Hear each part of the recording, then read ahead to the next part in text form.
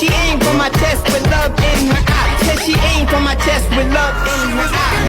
Halo, hai semuanya. Sekarang kami akan memulai vlog kami. Oleh karena itu, check it out.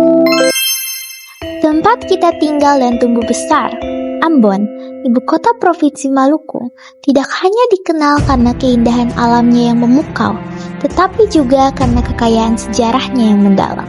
Sekarang kita berada di Gong Perdamaian.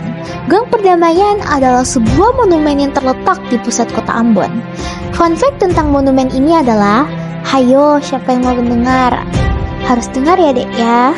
Gong Perdamaian merupakan salah satu artefak yang menjadi bagian dari museum di bawahnya loh. Kagebenshin no jutsu. Huh?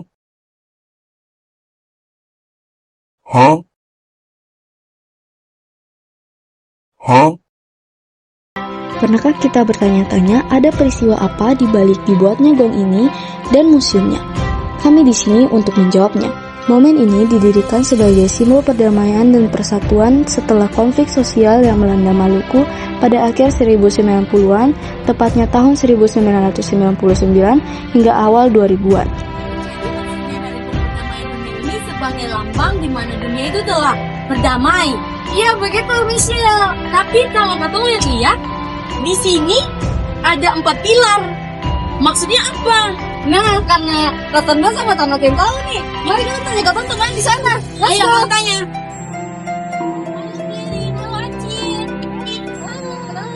Katanda ada mau tanya soal 4 pilar itu. Jadi, tadi Katanda dari Gong Perdamaian. Nah, tapi Katanda tuh bingung. Ada 4 pilar di situ. Maksudnya 4 pilar tuh apa? Oh, 4 pilar yang menaungi nih. Nah, oke, betul.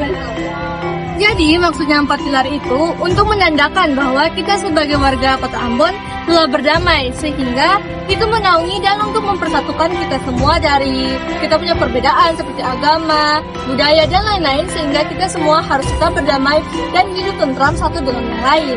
Kerusuhan tersebut dipicu oleh dua pemuda yang berbeda etnis dan agama dan merambat hingga ke masyarakat, menyebabkan ribuan korban jiwa, kehancuran infrastruktur, serta mengakibatkan perpindahan massal penduduk.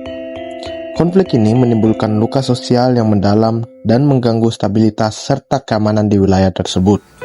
Museumnya berguna untuk menyimpan berbagai hal mengenai monumen yang dimaksudkan sebagai simbol persatuan, perdamaian, dan harapan agar tragedi serupa tidak terulang lagi di masa depan. Ini kan pementasan budaya terus. Nah, iya kan di Ambon. Iya. Apa penutupan yang festival nasional? Iya. Tapi di Maluku. Di Maluku, lebih tepatnya itu di Ambon. Oh, ini kayaknya lapangan merdeka ya? Saya tahu nih, kurang tahu tapi iya kayaknya kan pusat. Ini kan ada di Stadion. Oh, Stadion Mandala. di Stadion Mandala. Sudah kedua ke sana. Nah, di bagian ini ada beberapa koleksi budaya dari Maluku. Yang pertama ini adalah tarian Cakalele, di mana tarian Cakalele ini adalah tari tradisional dari Provinsi Maluku yang biasa digunakan untuk penyambutan tamu atau pada upacara-upacara adat tertentu.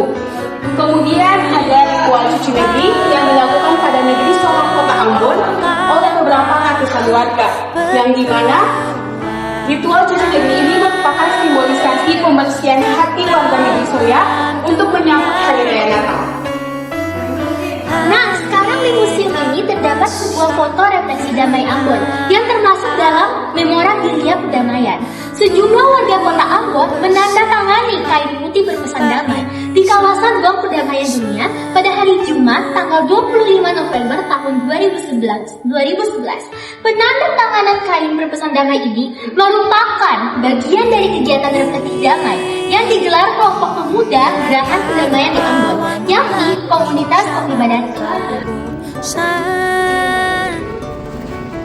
Jadi teman-teman, di sini selain daripada dokumentasi foto-foto yang tengah dipampang di dinding tadi, di sini juga ada buku-buku yang terbit semasa dan sesudah terjadinya perdamaian di Maluku akibat konflik Maluku.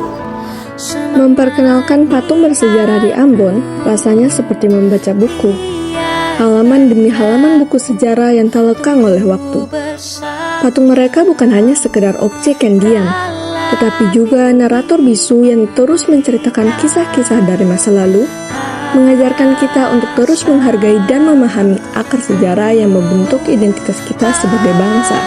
Nah, salah satunya adalah patung yang dapat teman-teman lihat sekarang, yaitu patung Martha Christina Tiahahu.